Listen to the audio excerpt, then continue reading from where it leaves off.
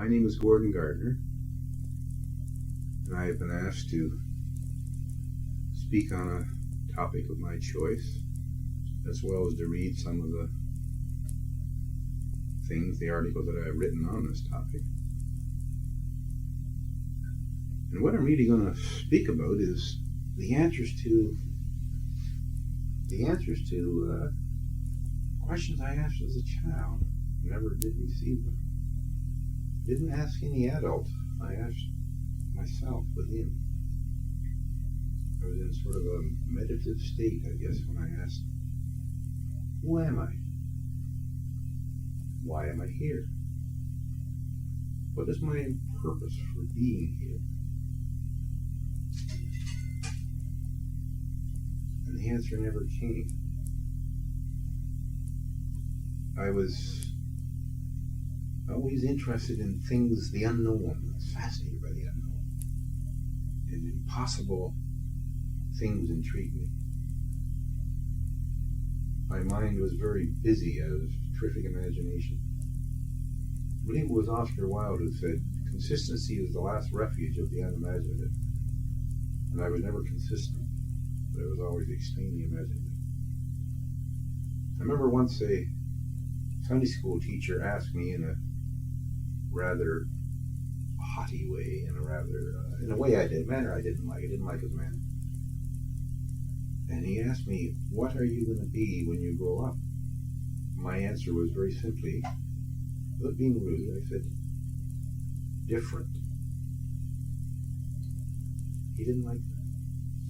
He as much as suggested that if I didn't conform to the rules, to God's will, and to what the Bible has to say,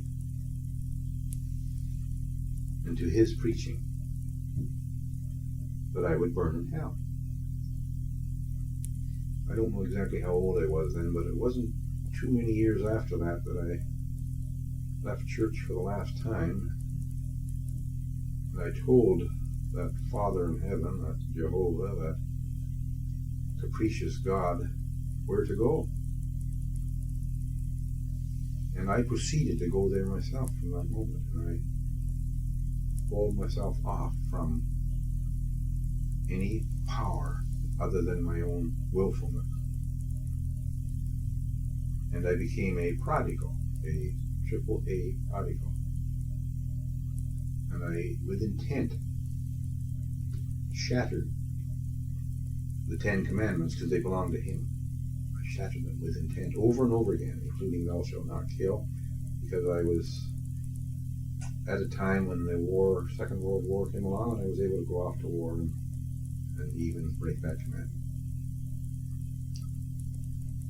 So I had no qualms about doing this. I had my conscience. I had integrity. I didn't have conscience. I'm glad that conscience is something that the masses have, because if they didn't have it, they would be committing mass murder on the streets every day instead of waiting till it's legal or until the church decides it's time to have a crusade. Thou shalt not kill is a handy little thing if it's not meant to be directed at an organization. The despotic clericalism of the church have committed murder in the name of Jesus the Christ since the beginning, since the inception of churchianity. So I gave up the Father in heaven.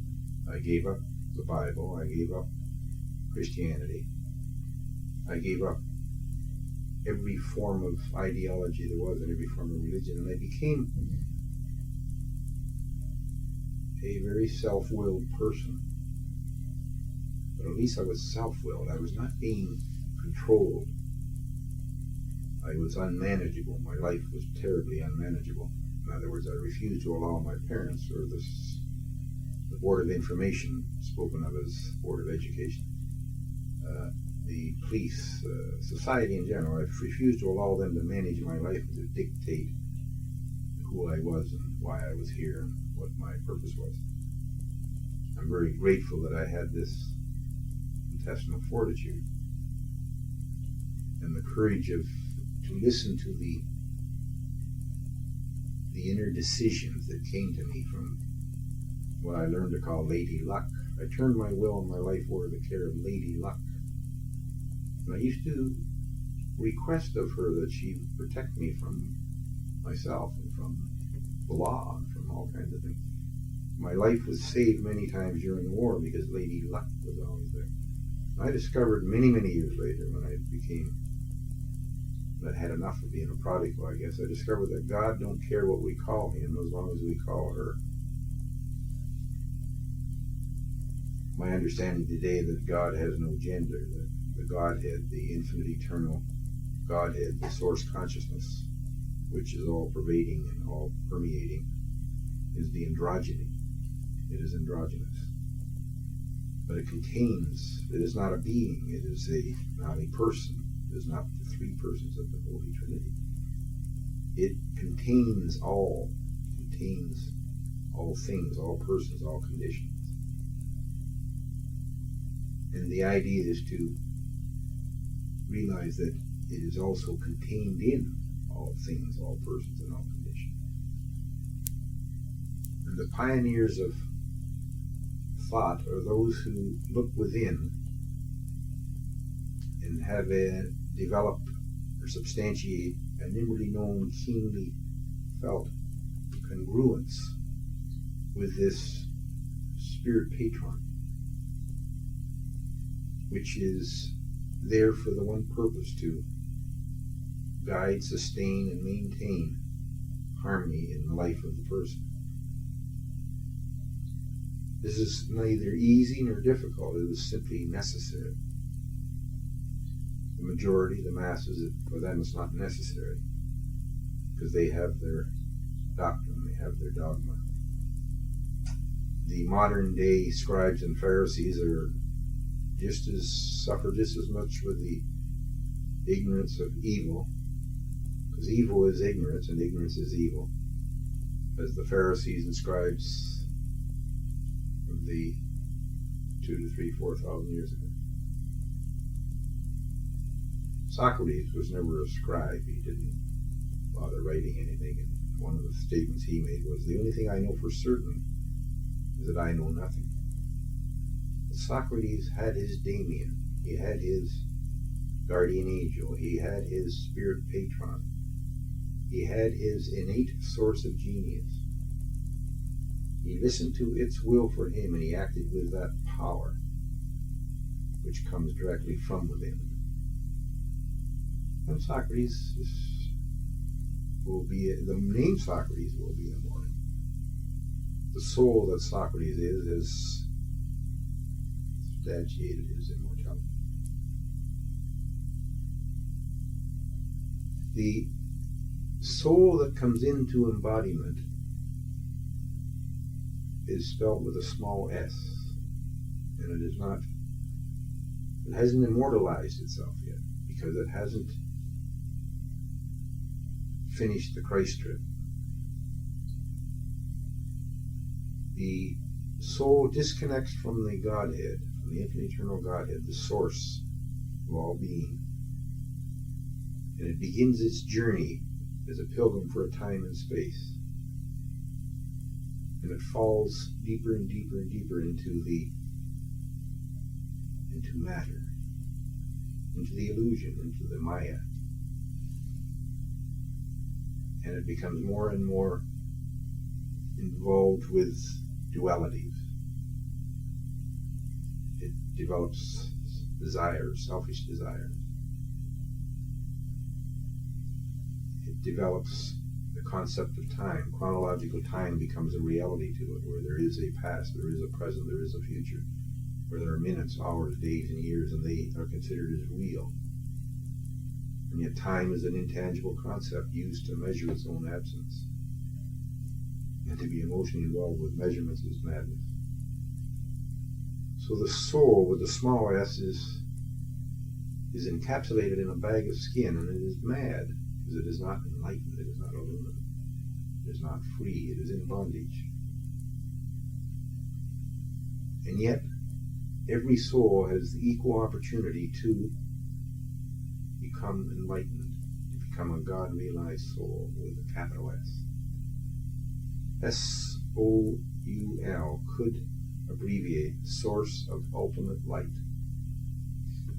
Now that light, which is the light that illumines the soul, is not the kind of light that comes from even the most powerful sun. It is much more brilliant. And if thy eye be single, thy body shall be full of that light. And that light can be seen. And when you see that light, you are seeing the very face of the Godhead. And when that takes place, creative death takes place along with it, because the ego-fabricated self-conscious personality is annihilated. The soul is born again and again and again. In other words, it keeps coming into embodiment, known as reincarnation. Time and time and time again. Doesn't matter how many times, because eternity is forever. And how, if it takes a billion years, it doesn't matter.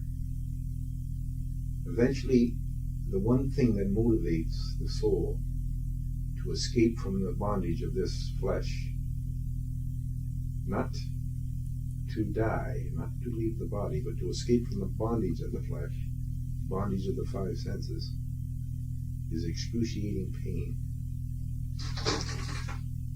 Cahill Gibrian said it well when he said, pain is the powerful hand that rips the skin off the stone in order to reveal the pulp.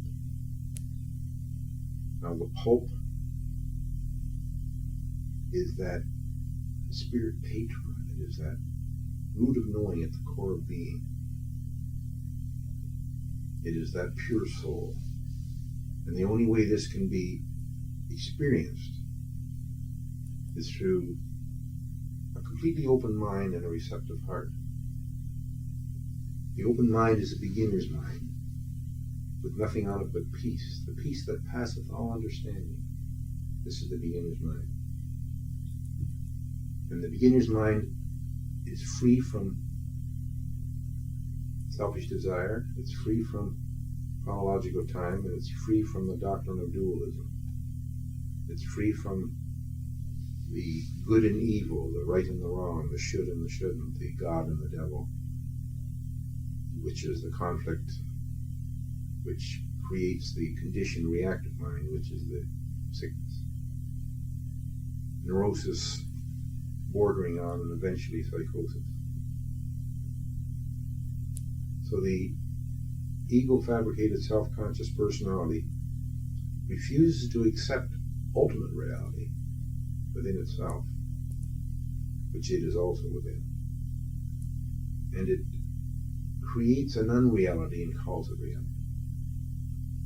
And this unreality is referred to as Maya in the East, a Sanskrit word, and it's called Mammon in the Christian religion, and it is actually an illusion. Mind you, it is a great illusion. And all manifestation is an illusion. Not that it isn't a real illusion, it's just that it is impermanent. And only that which is permanent is real. Only that which is eternal and infinite and immortal is real. That is the ultimate reality. And to experience the consciousness of this is to experience what has been referred to as cosmic consciousness. Cosmic consciousness is the awareness that the I am that I am is the same I am that God is, inasmuch as the point of awareness that I am is at the center of consciousness that God is. Now this is a fact, it's absolute fact, it's absolute truth, that each soul indwelling in embodiment is all the time, constantly at the very center of infinity in the middle of eternity. It never moves away from it. Yet it's always in motion. Because you see, the consciousness which is God, the Godhead, very source of all beings and all creatures and all phenomena, its center is everywhere. and its circumference is nowhere. It cannot be circumscribed because it is infinite. Infinity contains all the so-called finite and the so-called temporal. Once one has experienced the awakening, the complete awakening, the enlightenment experience which reveals, as William Blake stated, that if the gates of perception were cleansed, all things would appear as they really are. And it reveals, as Meister Eckhart stated, 1,000 years ago, 1,000 years hence, and the moment in which I am speaking are all the same in eternity. So this awareness, where you observe ultimate reality, you observe the illusion, the great illusion, from the root of knowing at the core of being, which is an infinite eternal scale of observation. And from then on, you know the reason why you are here. You know who you are. You're no longer in identity crises. And you know your purpose. The only purpose that I have for being here in embodiment on this earth is for the joy of expressing the love of existence. But I had to let go absolutely of all of my old ideas, the ones that I cherished them, yet I had to surrender them. My old ideas, ideals, ideologies, beliefs, concepts, opinions, assumptions, conclusions. In every idea, belief system that I was attached to had to be surrendered. And never again was I to attach myself to new ideas. I had to develop the beginner's mind. I had to recognize the consciousness of holism and surrender forever the doctrine of dualism. Holism is a state of awareness which is always tending to become more highly developed and comprehensive of ultimate reality. And this is a condition, a state of being consciousness bliss on the spiritual plane. It is a state of existence, awareness, joy on the mental plane. And it is a state of cognition, reality cognition, happiness on the physical plane. And the body, mind, spirit is realized as a trinity in unity. There is no difference or separation between body, mind, and spirit. There are different levels of vibration. The Godhead, the consciousness of the source, which is all-pervading and all-permeating, is a single, unified life force field of unlimited creative potential. And when this solitary source and the singular issue of an integral person are bound fast together once more, a source issue conscious awareness transpires. And then at that moment, that person is from that moment for eternity is a free soul at liberty on earth or wherever they happen to be, anywhere in infinity or eternity. There is no end and there is no beginning. And the beginning of each moment is the cosmic life energy. And the cosmic life energy is with cosmic consciousness. And the cosmic life energy and the cosmic consciousness are cosmic reason. And this is again a trinity in unity. When the individual surrenders all of its old ideas, ideologies, etc., and lets go absolutely, abandon itself to the indwelling God consciousness, it experiences a total freedom. It's known as moksha. It's called moksha in Sanskrit. And moksha is the ultimate in liberation. In order to be free, one must be liberated from. To be liberated from selfish desire, chronological time, conceptualized dualities, is moksha, and that is freedom. And this is also the state of Sat Chit Ananda, which I already mentioned, which is the being consciousness bliss. This is the Samadhi, the Satora. It is the Shangri-La. It is the kingdom of heaven. It is the kingdom of harmony. It is Nirvana. It is the peace that passeth all understanding. And it is the legacy of every single soul that comes into embodiment. And every soul will eventually experience it sometime in eternity. And then be a free soul at liberty within whatever universe it happens to be dwelling in at the time, with complete dominion over its eternal life, its immortal life. This is the legacy of all souls. The soul is a combination, it is a consummation of cosmic life energy, cosmic reason, cosmic consciousness. And this energy, reason, consciousness emanates from, radiates in, and vibrates out, vibrates as every human body, mind, spirit. And when this total state of at-one-ment transpires, the natural spiritual state of such integral persons is an ecstatic state of oneness. So it's really up to us as individuals whether we are the master of destiny or a puppet of and for the establishment.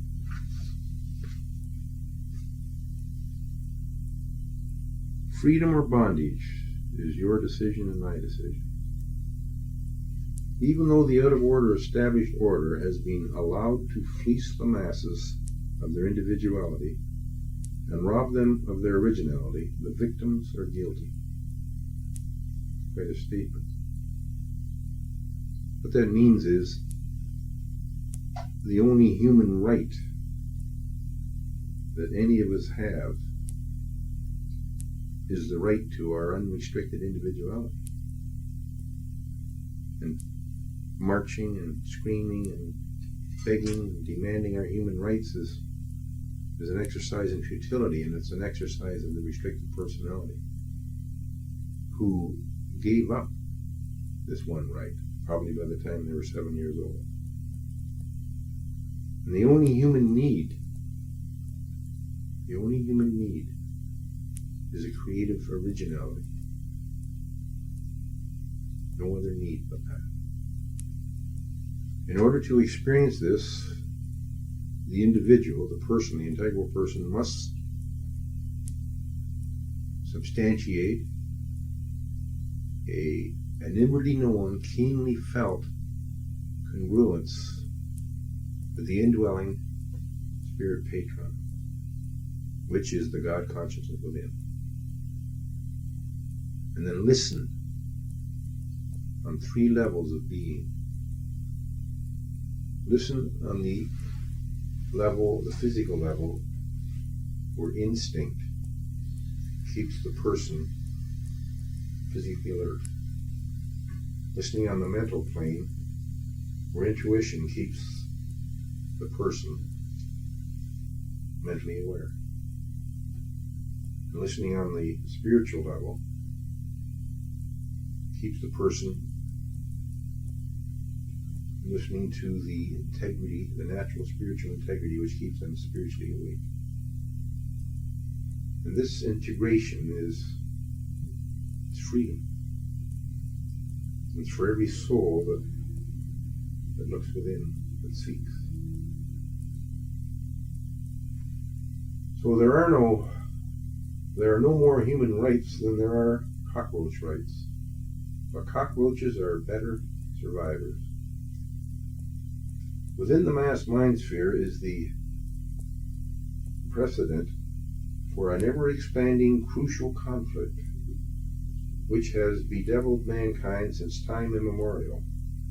Yet, within every human being's supraconscious mind is the power of unrestricted individuality, albeit latent and often dormant, by which all persons can prevail over their own environment, produce their own reality, by simply preserving their individuality. I'll just read a little bit from what I've been writing lately. How to be your own person. Not many realize that every human body, mind, spirit, think of that as one word, is an integral academy for higher learning, dwelling within a universal mind of supreme intelligence. As stated by one of the saints, that know ye not that ye are the temple of God and that the Spirit of God dwells within me. That's exactly what I just said. Different words, different metaphor. It is also true that meditation and yoga practices activates the human intuition, which is the creative tuition of every person's indwelling spirit patron, and is the innate source of genius. The same saint said, I live, yet not I, but the Christ lives in me. The spirit patron is the Christ consciousness within, the God consciousness within, the I am consciousness, the source consciousness, Krishna consciousness. Doesn't matter what the consciousness is called, but this is the cosmic consciousness, the consciousness of the cosmos, which is a trinity and unity of consciousness, reason, energy. All we humans need remember as free individuals is that unto your own indwelling spirit patron be wholly attentive, by being mindful of its directives, and your innate genius will unfold effortlessly. You must always remember that the sin of ignorance results in the offense of limitation. But if we listen to the truth of being, which is ever emanating from our spirit patron, we should be fully cognizant that our individual human potential is without limit. It is the dweller on the threshold of the conscious mind which blocks our natural spiritual flow. This dweller is the fabricated and limited ego self of a limiting personality, which must be uprooted as the scourge it is, and its conditioned reactive thinking dissolved, if we are each to be our own person. Failure is only real if you and I give it power. But if it is understood as the necessary stepping stones to our permanent success, our long-term gains will be tremendous. We must each of us be non-judgmental in our trial and error groping for the right way. And one day the way will be clear, unobstructed path to fame and fortune. We will be given life more abundantly. As energetic, holistic, dynamic persons, we shall then bask in the warmth that comes from the flush of our well-deserved success. We will thenceforth walk in wisdom, as the peace, power, and plenty of our spirit patron showers us with the promised abundance. By listening to its will and acting with its power, our wish power begins to manifest our every need. Our creative potential shall increase by expanding our awareness, fulfilling our dreams, freeing our resources, while we remain secure in our thoughts and autonomous in our actions. We shall then have the complete authority over our separate living experiences as masters of destiny, our own and no one else's. Are you a master of destiny or a puppet of and to the establishment? Have you noticed yet that the established order is out of order? That in these last years of the 20th century, chaos reigns supreme?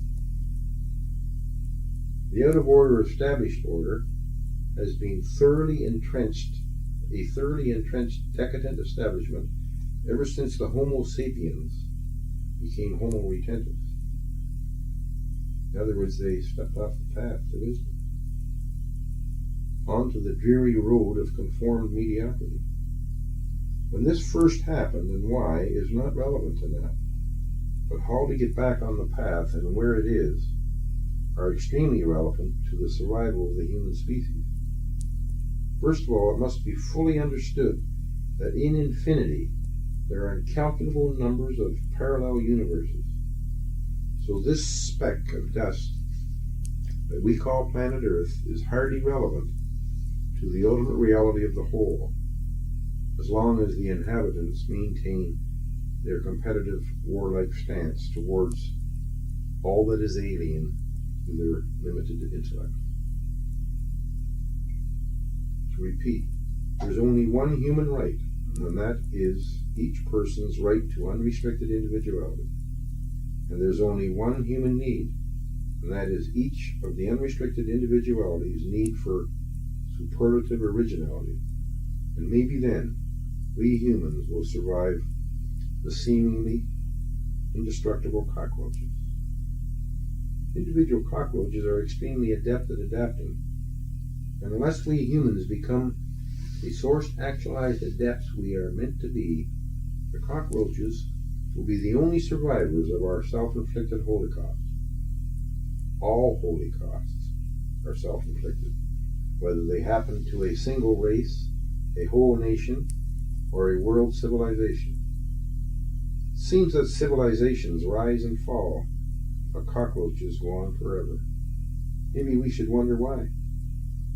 Any race that thinks of themselves as the chosen few are obviously mad, and any ideology that believes its book is the book of life, the only one that is holy, and the only source of the truth that frees, is just as obviously insane.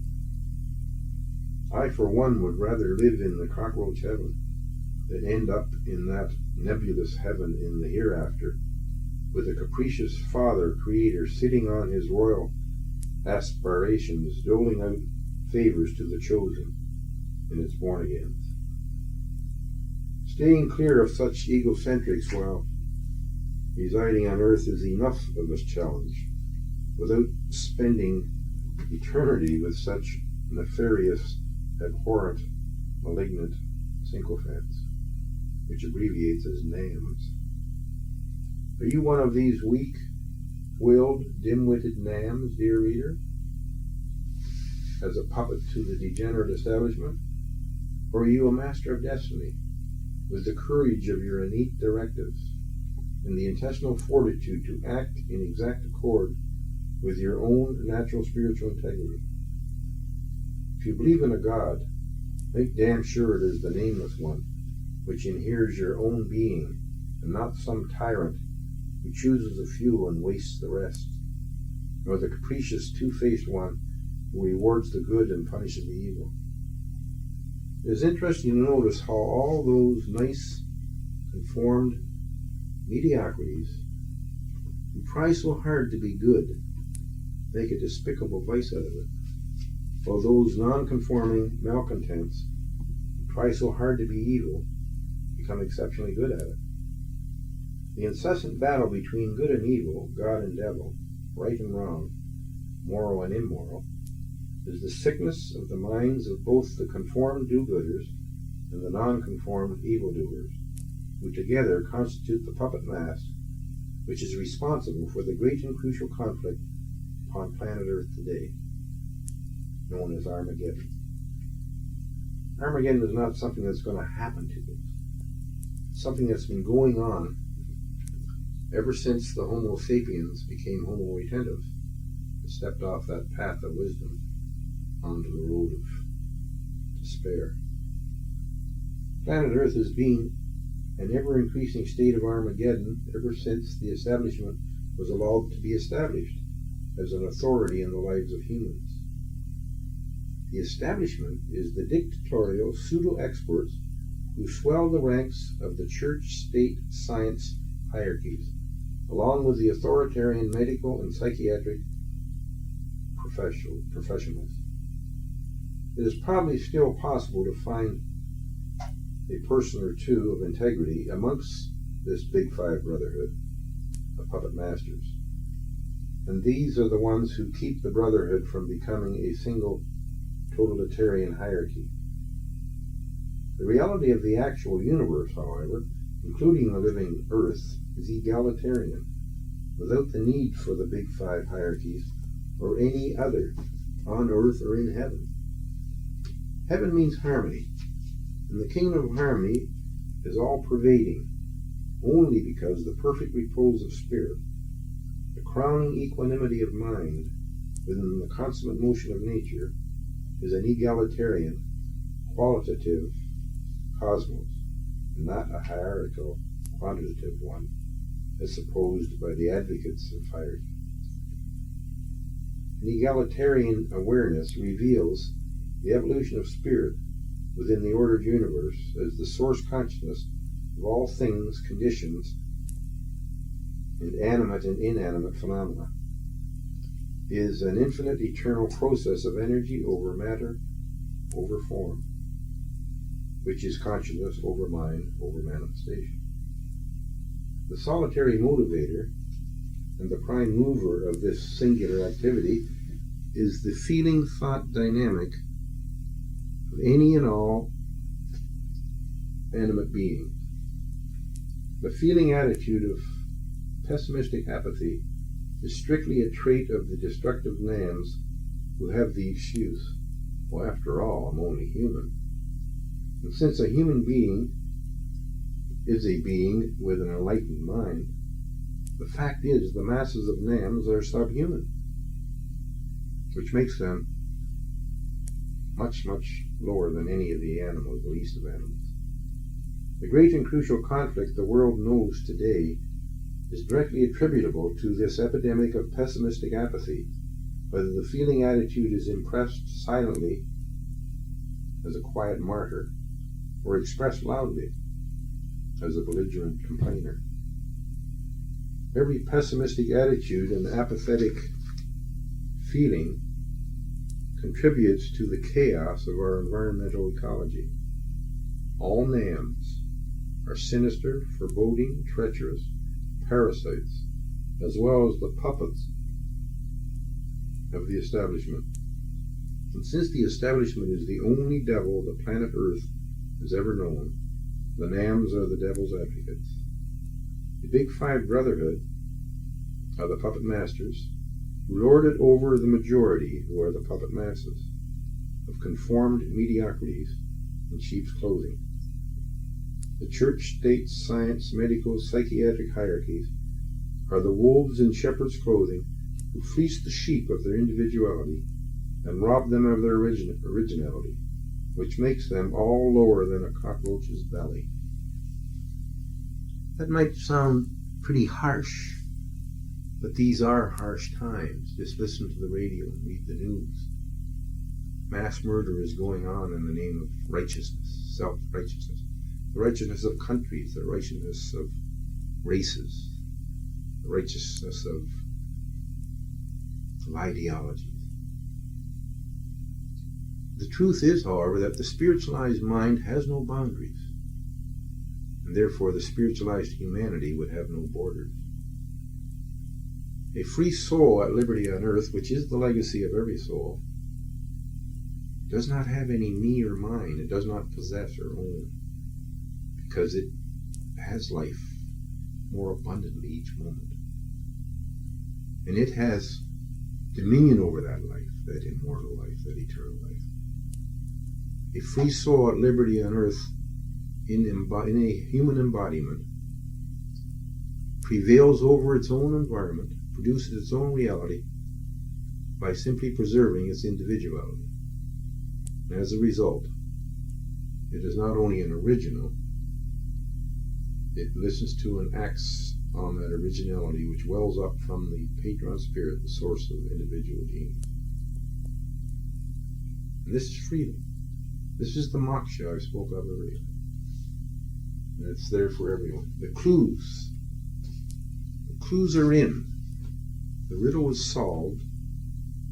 Equality is established.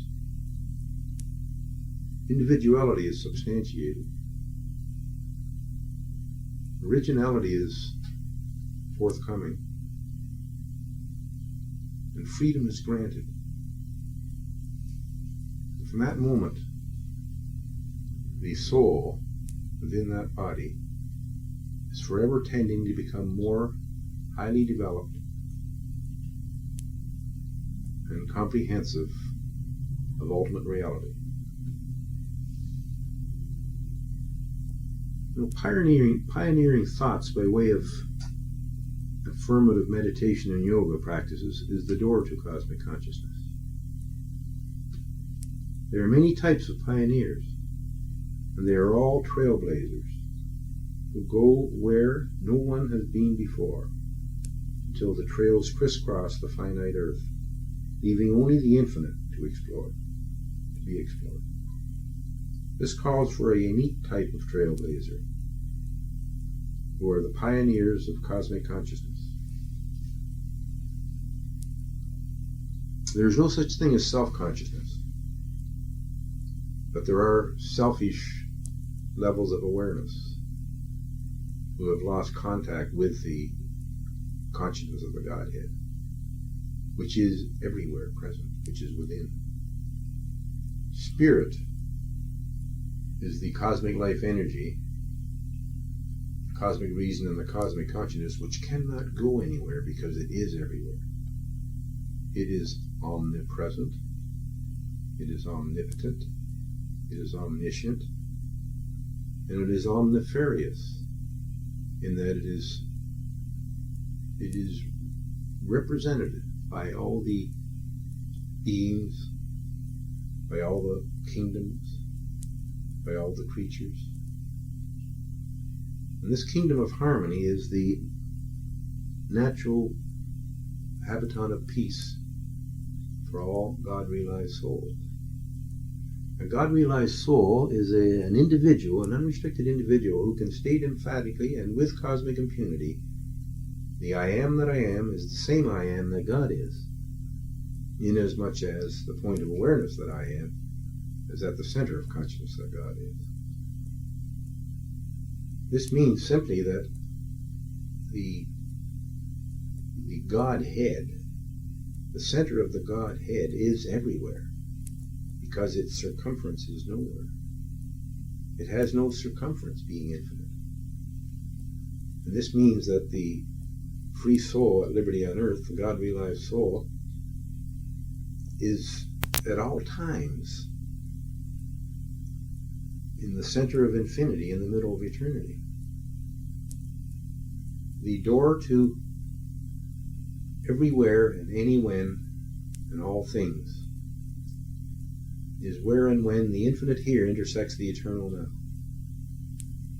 This is the other side of this. This is the stillness on the other side of the silence, experienced as a result of not doing, letting go, devotion, mindfulness. Not doing is just called sasen in Zen. It is just sitting. Letting go means emptying oneself of self. Devotion to the truth of being.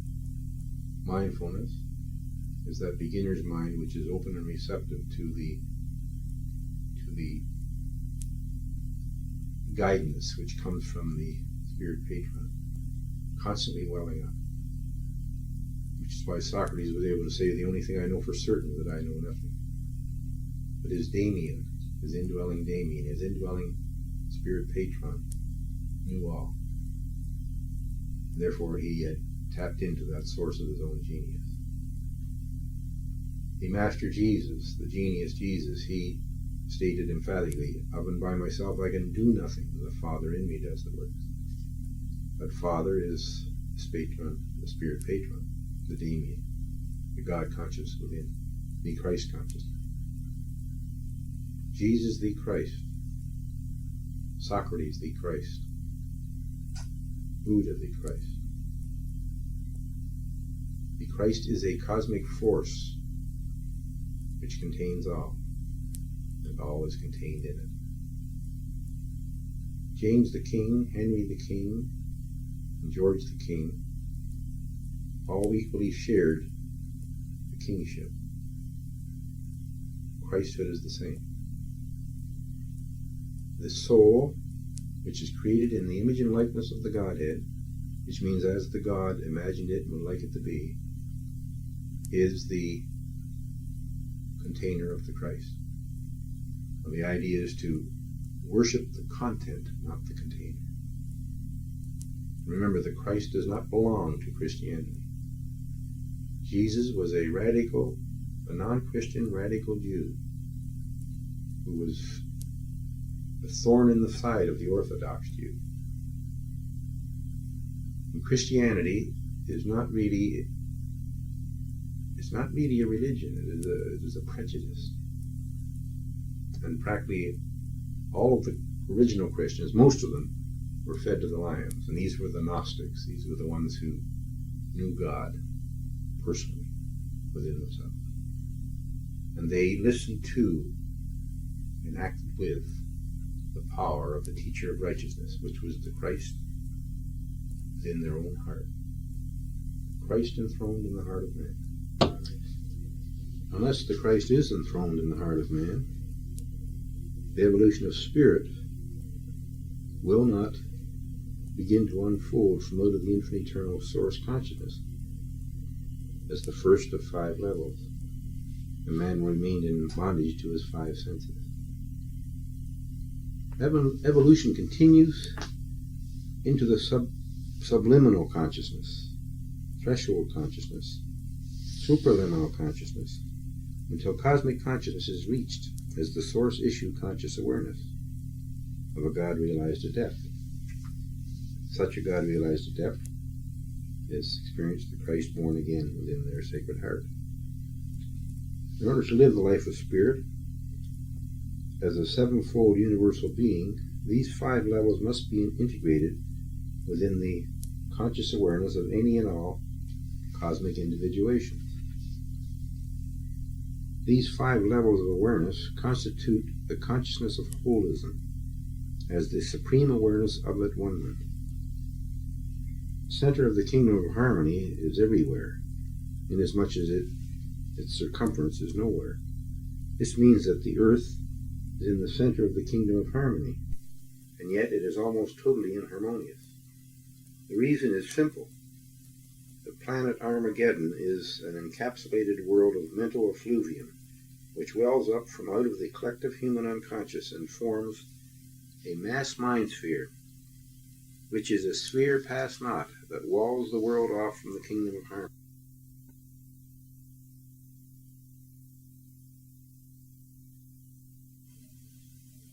The planet Earth, if you choose to call it that, was a failure, but it is just the way of the game, since anything goes, all is fair, and whatever will be, will be.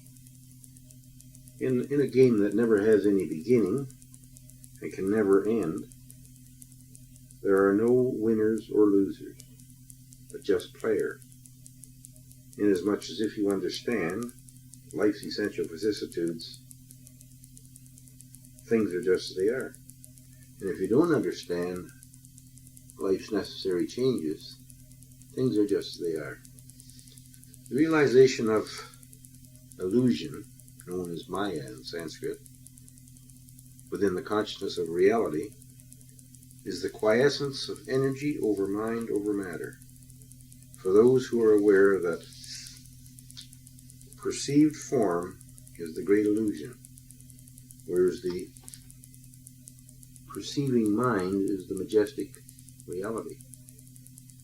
The invisible reality is the constant flux of spirit, within nature, in a perpetual regeneration with the universal mind, the master power, and the universal man, the master mind.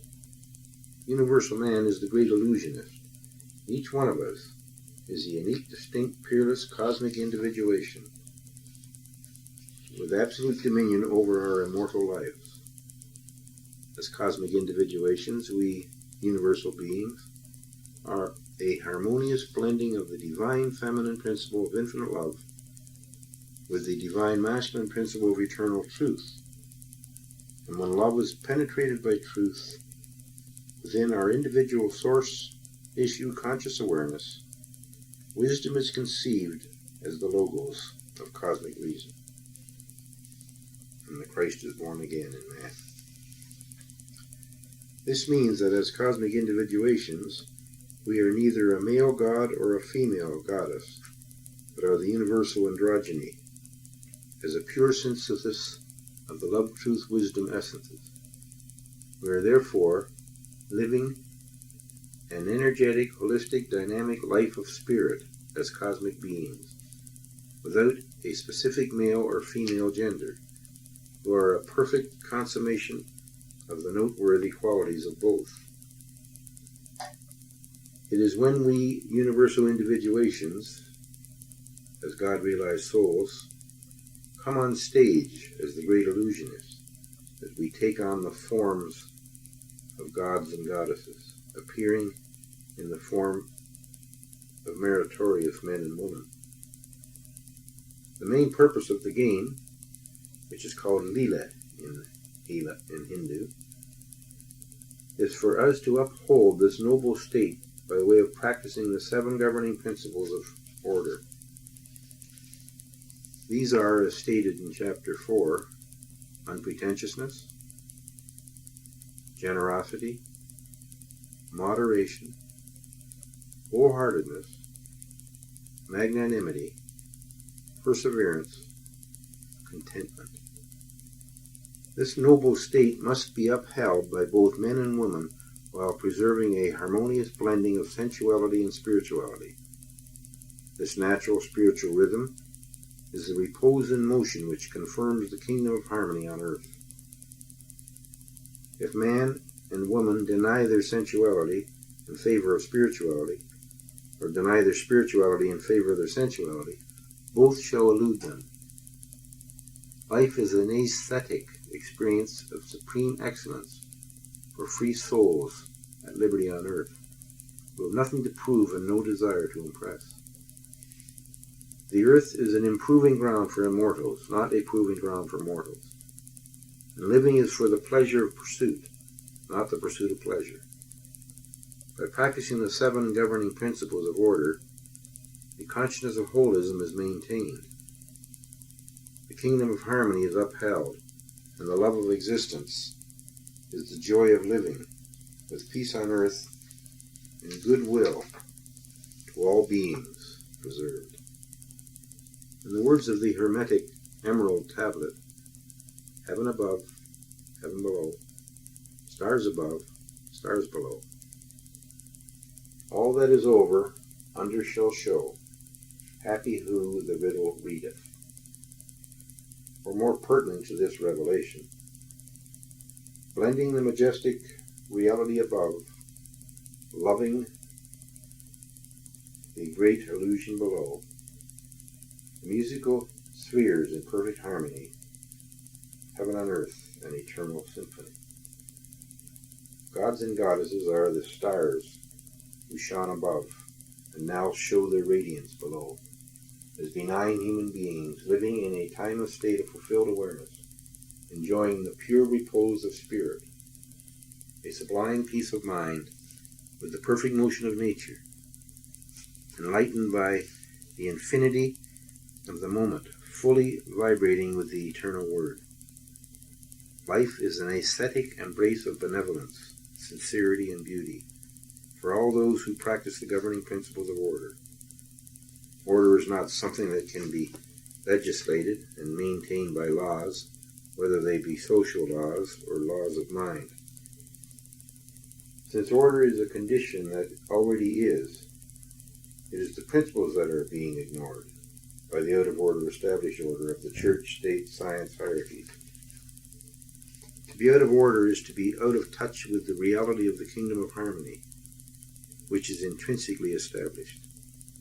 If the governing principles are ignored, a disconnect from harmony will cause a mental derangement. The so-called established order is in reality an establishment derangement, which has lost contact with the already substantiated cosmic order because of its unnaturalness, due to the normal emotional intellects of the inept legislators. They attempt to control through coercive behavior modification methods. The fear tactics used by the despotic clericalism of the Church, putting undue pressure on autocratic politicians, who in turn use their legislated laws to keep the masses at bay.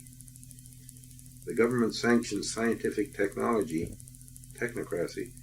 no matter the branch, overwhelms the non-technical minds of the autocrats to assure more funding for their inane and often insane research. Meanwhile, the masses of guilty nams assert their quiet desperation by abusing whoever is handy and weaker. This is the vicious circle that keeps the great and crucial conflict evolving towards disaster's brink on planet Armageddon. In this despotic, autocratic, technocratic age of limitation and ignorance. Puppet masses are, of course, the guilty, while the guileful puppet masters take advantage of their narrow, anxious, moralistic, sycophant personalities. They are guilty because they allowed their individuality to be fleeced right off of their sheepish backs, which robbed them of their innate aptitude for originality. Their only hope is form a benign anarchy similar to Gandhi, Jesus, and others. We souls on earth are either deluded by illusion or illumined by reality. The realization of illusion within the consciousness of reality as the quiescence of energy over mind over matter is this awareness. Perceived form is the great illusion, whereas the perceiving mind is the majestic reality. There are only two types of humans, the illumined and the deluded. In view of the reality that the individual enlightened awareness is the here now intersects their indivisible illumined consciousness in the infinite eternal. The space-time law of cause-effect is nullified, thereby making miracles customary. But the dweller on the threshold of the conscious mind is the conditioned reactive ego self. It is a shallow, hypocritical, insincere transient with no reality of its own, and which does not care to be dissolved because it is a fearful mortal game player. The illusion of reality is an image impressed upon the screen of the mental environment, which becomes a reflected likeness expressed onto the environmental scene. This perpetual impression, expression, interaction transpires within the reality of consciousness. If there was no such thing as consciousness, there would be no image and likeness. Where would the image and likeness take place? Consciousness is therefore the reality, while the image and likeness is the illusion.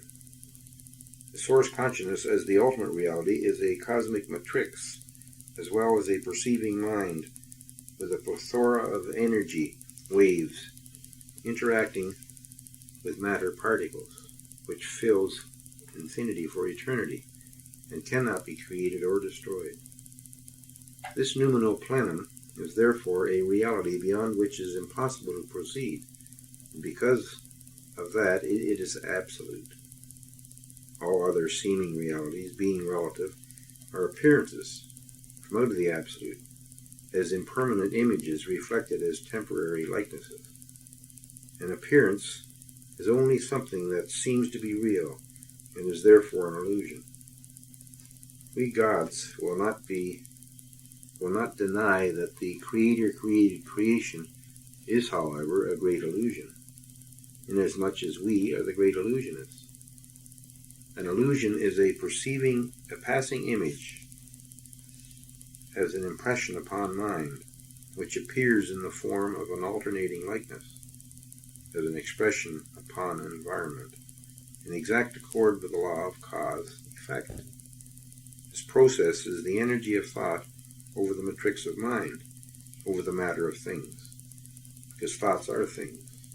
In other words, it is all mind over matter, and if you have nothing on your mind, no thing can materialize. It is simply a matter of being careful of what you have on your mind. A concrete likeness is a particular materialization that can be seen as a dynamic of the scene. Yet it is not real, because the concrete likenesses are energy waves in coalescence with matter particles, forming a perception representative of an abstract image. We gods, and we are all gods, as the great illusionists, who love to create an effect, simply for the joy of making expressions out of our impressions, are merely wish-fulfilling, because it gives us so much pleasure. You simply take an inspired thought and then envelop it within a creative feeling, impress it upon the matrix of the universal mind, which we all utilize in order to create an effect, and then watch it materialize. This feeling, thought, impression creates a vibration upon the plethora of noumenal plenum, which is the essential ground of phenomenal plenitude. And simultaneously, an image likeness expression appears as an effect. The singular paradox that we gods utilize to create an effect is our awareness of the profound simplicity of at-one-ment within the consciousness of holism. The conditioned reactive minds of you inept gods find the absence of dualism incomprehensible, and yet it is this ultimate reality, cognition, which binds us to the universal mind and shapes our awareness of the great illusion. Once we became God-realized adepts, to create an effect is an innovation of a guileless kind, because it requires an energetic, holistic, dynamic awareness wherein the boundlessness of here is intersected by the limitlessness of now. It is therefore free from the past, present, future confusions of cause and effect, introduced by you inept gods with your doctrine of dualism. To create an affect requires the spontaneous synchronicity of adept gods who practice the quiescence of consciousness over mind over awareness, which results in an instantaneous creator-created creation illusion. You inept gods, because you became deluded by the great illusion, think that mind over matter is nonsense, which you are able to prove with your common sense approach to life and living. Common sense revealed to you inept gods the law of cause-effect, which has made you prisoners in space, in bondage to time. Cause and effect necessitates the calculatedness of sequentiality, because it takes place as a spatial limitation within an ephemeral awareness, which is convinced that mind and matter are irreducibly separated, as the false doctrine of dualism propagates. The result of this mortal ignorance is a repetitive occurrence of the fabricated fabrication delusion. The truth is that mind over manifestation is nonsense, because the five senses common to us all, whether adept or inept, are not involved in the creator-created creation illusion. Being deluded by the great illusion is the fate of all earthbound gods who receive their instructions by way of the five common senses. If you inept gods wish to be free from the misfortunes and liabilities which befall the average ordinary mortals, with their normal common sense approach to the environmental scene, you must cease being average, ordinary, normal, and common. In view of the reality that only unique, distinct, and peerless gods may issue from the source, we each of us, in our turn, develop an infallible illumined source issue awareness, conscious awareness. As adept gods, we have a subliminal consciousness, a threshold consciousness, and a supraliminal consciousness, which are attuned to and at one with the solitary consciousness of the source. The fathomlessness of the subliminal below the threshold consciousness, and the limitlessness of the superliminal above the threshold consciousness, are a consummation of our nature-mind-spirit interconnectedness in an equipoise contiguity with the absolute consciousness of the solitary source. The coagulation of the noumenal plenum fluidity into the fixed state of the phenomenal plenitude transpires within the numerous levels of consciousness in the compass of the Creator created creation. The quiescent coalescence of energy, mind, matter, form in a spontaneous synchronicity with the source issue conscious awareness through the utilization of the governing principles of an ordered universe reveals to the great illusionist how to create an effect out of the fluidity of the noumenal plenum into the fixed state of phenomenal plenitude as the great illusion. The great illusion is upheld in the universal mind by way of any and all of the great illusionist's feeling, attitude, dynamic, being impressed upon the cosmic matrix within the majestic reality of the solitary source consciousness.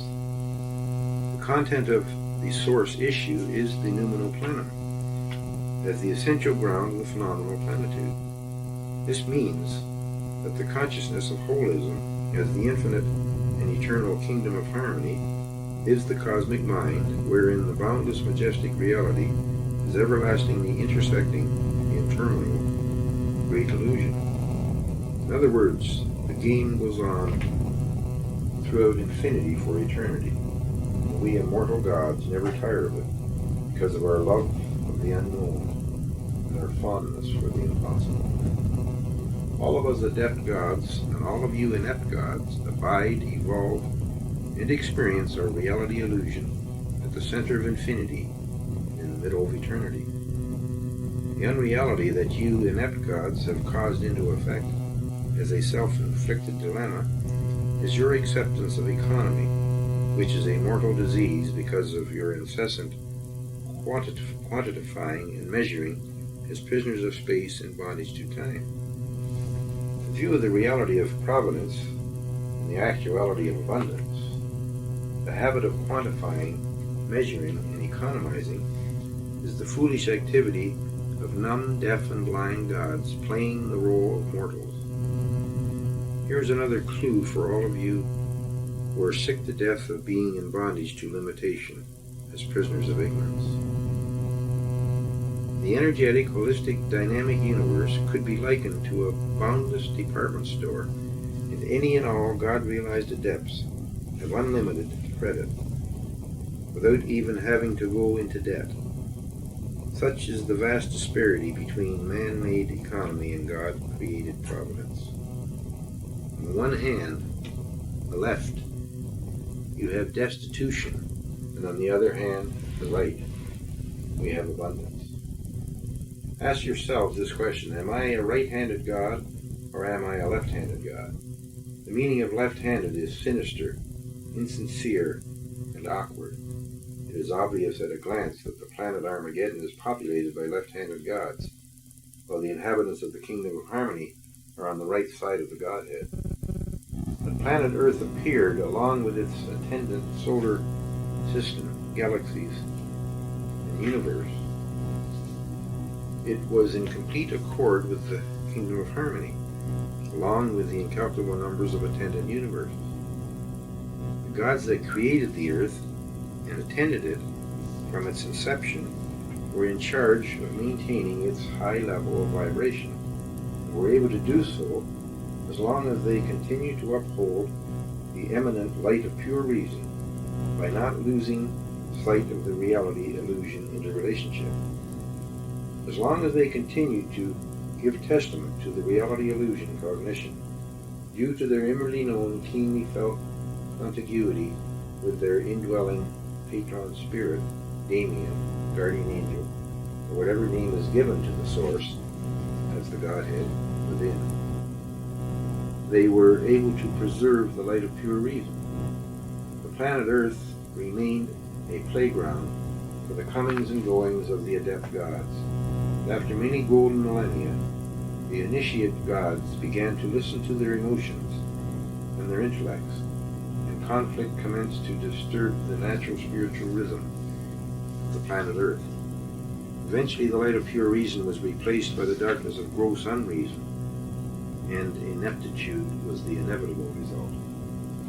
As the great and crucial conflict increased over the aeons of poor husbandry by the now totally inept gods, we gods attempted many times by way of the messenger gods to reveal the way, the Daho, the eternal passage, the Logos, the Word, or whatever you choose to call it. The few, however, who received the message were slain by the despotic power-hungry Pharisaical mortals, who immediately began to propagate a distorted message which was barely a hint at the original.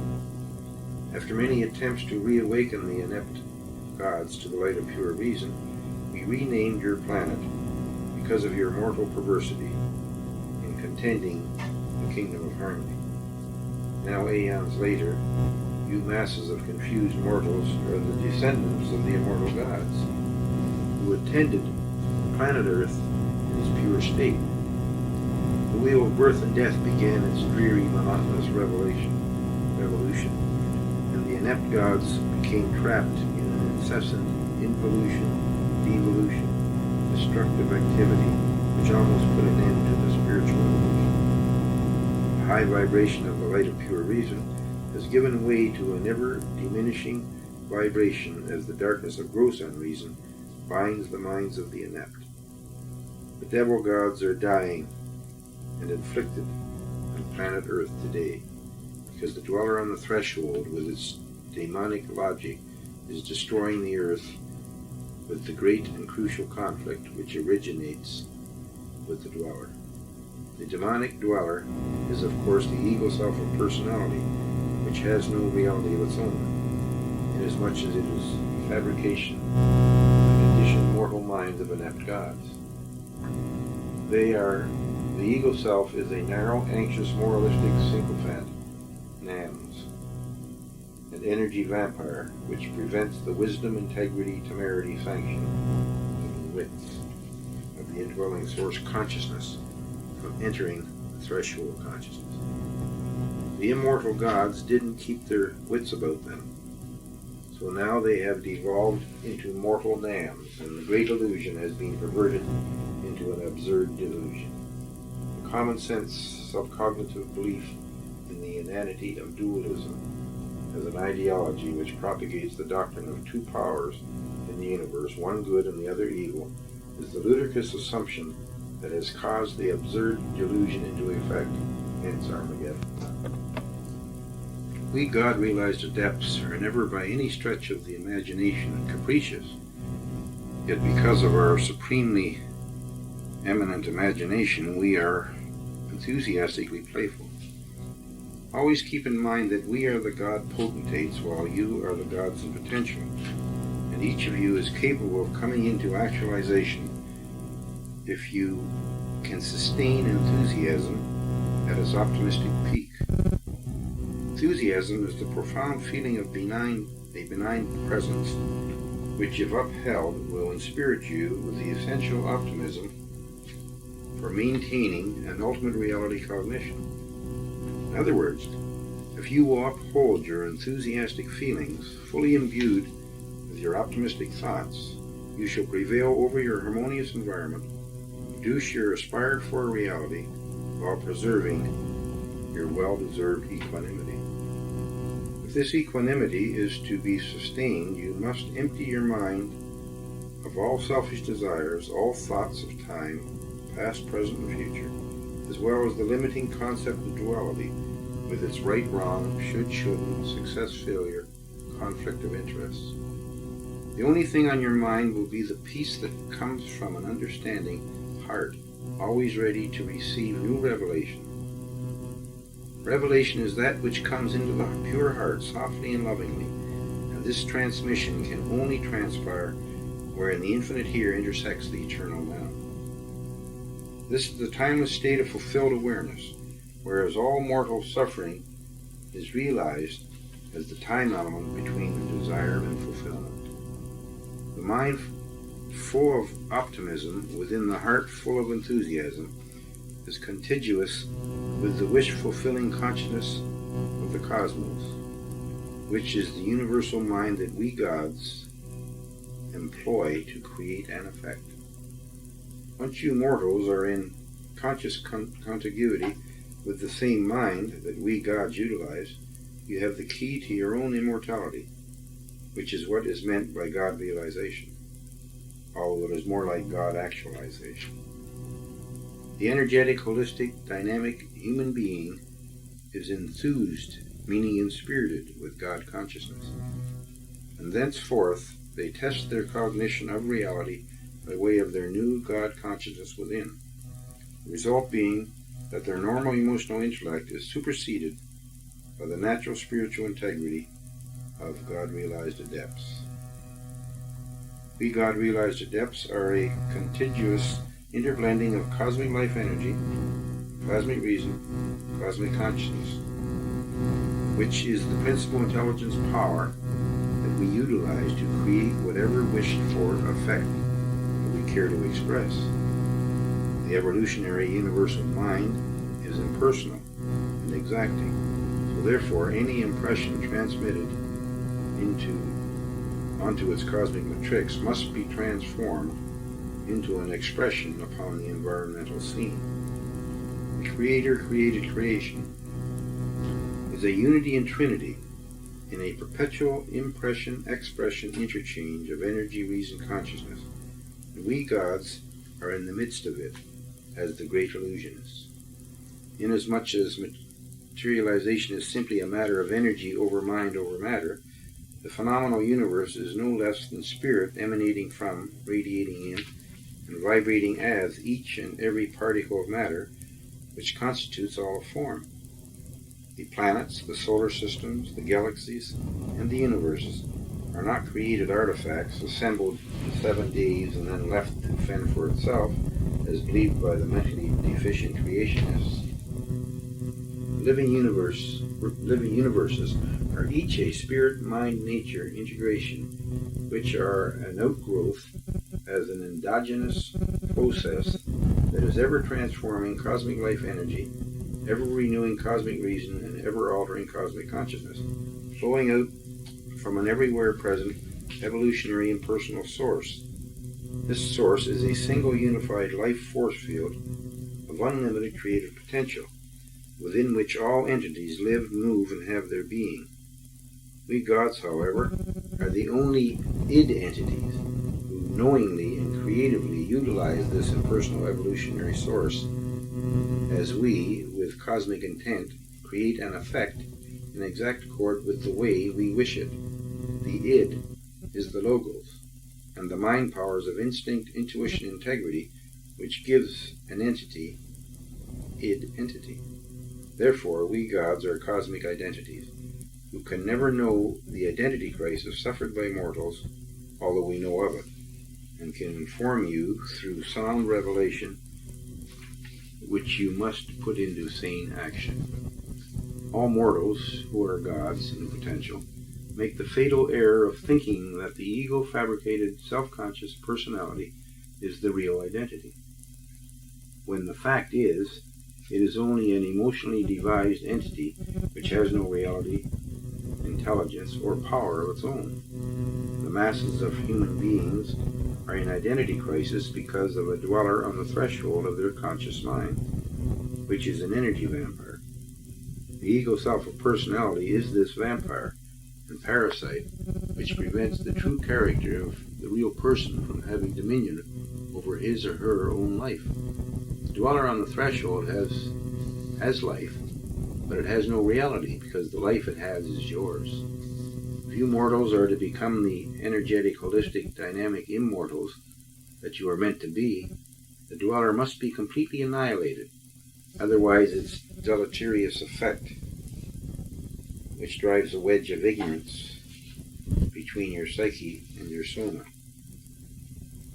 This causes a physiological, psychological malfunction, derangement of your human faculties, because the ego self is an entity in bondage to desire, time, and duality. The energetic inclinations of your true character, the holistic insights of your actual person, and the dynamic inspirations of your real identity is the only means of preventing or putting an end to this undesirable sycophant. It is a demonic spiritual parasite that drains the natural spiritual integrity of the actual person and replaces it with the normal emotional intellect of a false personality. The dweller is responsible for the loss of individuality to the detriment of originality, which perverts the person into a lost sheep in search of a shepherd.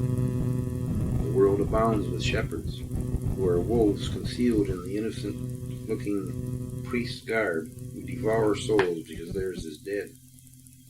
A living soul is an energetic, holistic, dynamic being, full of the optimism that comes from enthusiasm, and they have no need for insipid shepherds. In order to save, S-A-V-E, the soul that you are, you must look within to the sagacious, audacious, voracious, efficacious spirit which consummates your being, and then meditate on its patronage, and stay clear of the mediation of Pharisaical priests. This has all been said before and then distorted by the same priests who claim to have the power to plead on behalf of your soul to their Father God, sitting on his aspirations in their distant heaven and the non-existent hereafter. Yet right here and right now, the only God that exists for you is sitting within as your own spirit patron, waiting on your heart's desire. And all you need is the wish power of an unspoiled child. God is not your Father in a distant heaven. God is the consciousness of your own being.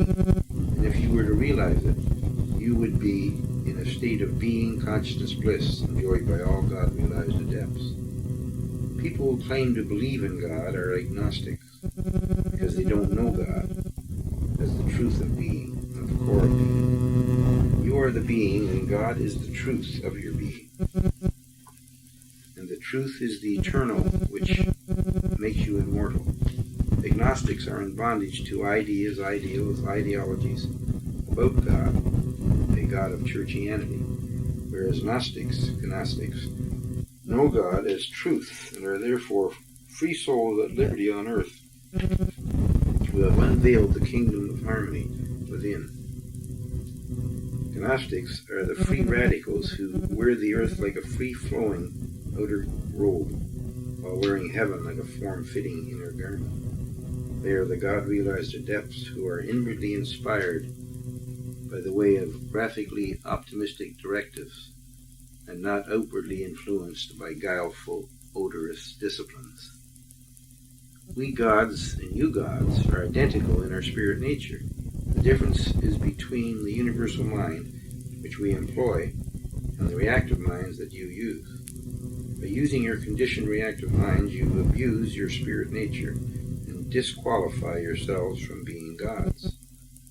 You misqualify your cosmic life energy, misinterpret your cosmic reason, and misrepresent your cosmic consciousness, simply because you listen to the mundane limitations and mortal ignorance of the ego self as the devolving dweller.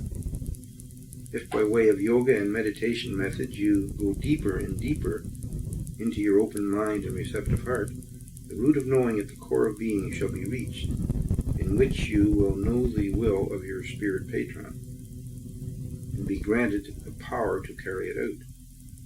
Meditation is being outer directed. Mediation is being outer directed, while meditation is being inner directed. That extra T in meditation makes the difference between an outer directed goddamn fool and an inner directed God who can't be fooled. A particular proverb is pertinent. He who trusts himself is a fool, but he who walks in wisdom is safe. If God realization is to be substantiated as the consciousness of holism within the awareness of unrestricted individualities, it must be remembered that the normal emotional intellect is a tool of a fool. The fool, of course, being the ego self of all the restricted personalities in bondage to the mass mind sphere, which is both personal and collective. The natural spiritual integrity of unrestricted individualities is attuned to and at one with the universal mind of the solitary, all-pervading, all-wise, all-powerful source consciousness. The normal emotional intellects of restricted personalities, however, is encapsulated within the mass mind sphere of the collective human unconscious, which is the peculiar source of all the archetypes of madness that entrap the unwary. The unwary are the vast numbers of inhumane humanity who have fabricated an ego self of personality, which is now the dweller on the threshold of their shallow reactive minds. The dweller forms an insulator around the conscious minds of the unwary because they refuse to keep their wits about them, meaning wisdom, integrity, temerity, sanction of the solitary source consciousness. It must be remembered that the solitary source consciousness is the everywhere present presence, which is the one power that contains all knowledge. It is within this consciousness that we gods and you gods live, move, and have our being. This solitary source is not a being, but it is the impersonal evolutionary source of our cosmic beingness and your mortal beingness, and is a single unified life force field of unlimited creative potential. To develop an inwardly known, keenly felt, interpenetrating contiguity with this presence is to be a God potentate, inasmuch as you mortals have disconnected your consciousness from this indwelling, everywhere present presence. You are merely gods in potential, and therefore your immortality remains latent, which binds you to the wheel of birth and death. Once immortality has been re-established, we cosmic beings are off the wheel of birth and death forevermore. Although we are never born again, nor do we ever die again, we do have the aptitude to dematerialize whatever body we are utilizing at the moment and rematerialize it or another, somewhere else in the same moment. This is not time travel, because there is no such thing as time in the kingdom of harmony.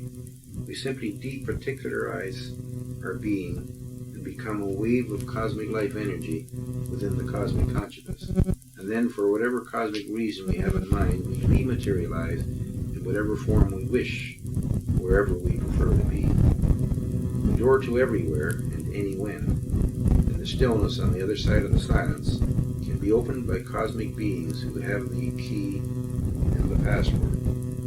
The key, of course, is not a material key, nor is the password an ephemeral word. They are for we gods to know, and for you gods to come to know. An individual must first believe in a source consciousness as a presence, regardless of the name given it. And by not giving it a personality, but just giving it recognition, it is simpler to develop a faith in it. After a little light enters into the consciousness by way of meditation and yoga practices, the individual begins to know the presence.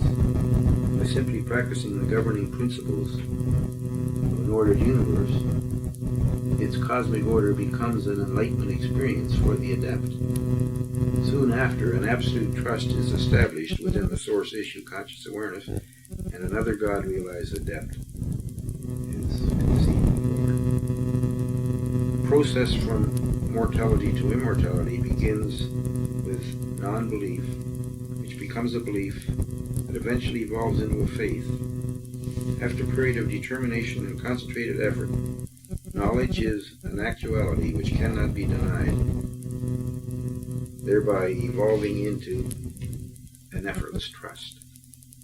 The final state is at hand, in which the condition that puts an end to separation, in which at-one-ment is realized, is the actualization of immortality. The unique, distinct, and peerless cosmic individuation is the joyful result, and a God re-enters the kingdom of harmony. Wisdom is the eternal passage of all actualized immortals, yet never as an acquisition, but always as a path, since being wise is bondage to knowledge. We gods receive the light of pure reason as our indwelling logos, which is like a beacon that illumines the path. We claim to possess wisdom. We do, however, have knowledge of love, which is infinite, and a truth which is eternal. These are not to be mistaken for your love for the mundane, which is infatuation, or your mortal truths, which are intellectualization. A God is reborn when love is penetrated by truth, whereby a path is formed within the mind of the living universe, which is the door to everywhere and anywhen. In the kingdom of harmony, there is only the one love, which is infinite, and therefore unconditional, and there's only the one truth, which is eternal, and therefore unrestricted. Immortality is therefore unconditional, and immortals are unrestricted, which is the ultimate in liberation, that is spoken of as moksha in Sanskrit, an ancient Indo-European language spoken in India many centuries BC. Moksha can be experienced while in human embodiment. In fact, it must be fully experienced before the mortals can leave the planet Armageddon and join the immortal gods. All moksha is the total absence of selfish desires and the notion of time as a reality, and most important, freedom from the bondage of dualism with its good, evil, should, shouldn't, moral, immoral, success, failure, God, devil, arbitrariness. With the realization of moksha comes the natural spiritual rhythm of Sat Chit Ananda, which is another Sanskrit metaphor meaning incorruptible being, pure consciousness, divine bliss. You do not see too many of them walking around the planet Earth with its great and crucial conflict, which means Armageddon. Yet they are there, concealed from the mortal sense of the inept gods who have caused Armageddon into effect. The mundane law of cause and effect is the result of you gods becoming prisoners of space in bondage to time. The infinite eternal kingdom of harmony is not troubled with such a space-time law as cause-effect, because the immortals practice the governing principles of wisdom, integrity, temerity, sanction, issuing from the source consciousness. They have the inherent aptitude to create an affect as an actuality which is infinitely here and a reality which is eternally now. The conditioned reactive mortal minds of you inept gods cannot fathom this ultimate reality actualization. If any of you come to fathom infinity and eternity, you shall no longer be inept gods, but shall be God-realized adepts, attuned to and at one with the universal mind of the immortals. The only two choices that come with freedom of choice are whether to be an inept mortal or an adept immortal, which doesn't say much for freedom of choice. Remember, it requires space to take a chance, and it requires time to make a choice. And since space-time are non-existent in the kingdom of harmony, we immortals never need to take a chance on making a choice. We remain forever carefree. Carefree is not having to chance a choice in the midst of change. And since all there is change, freedom of choice is bondage to chance.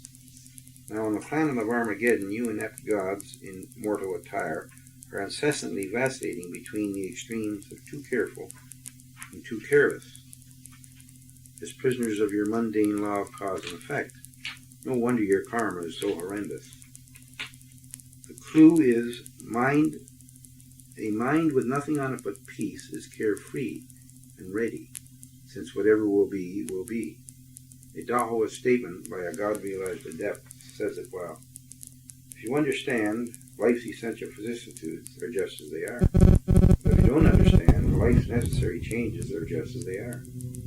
The fanatical desire to change the world and other people is the divine discontent of being inept gods, which is why there's such a mass appeal to an untried form of indoctrination, which is just another inoculation of conflicting ideologies. This is why the sheep are so easily seduced by another wolf in shepherd's costume. The wolves abound throughout your out-of-order established order, whether the ideology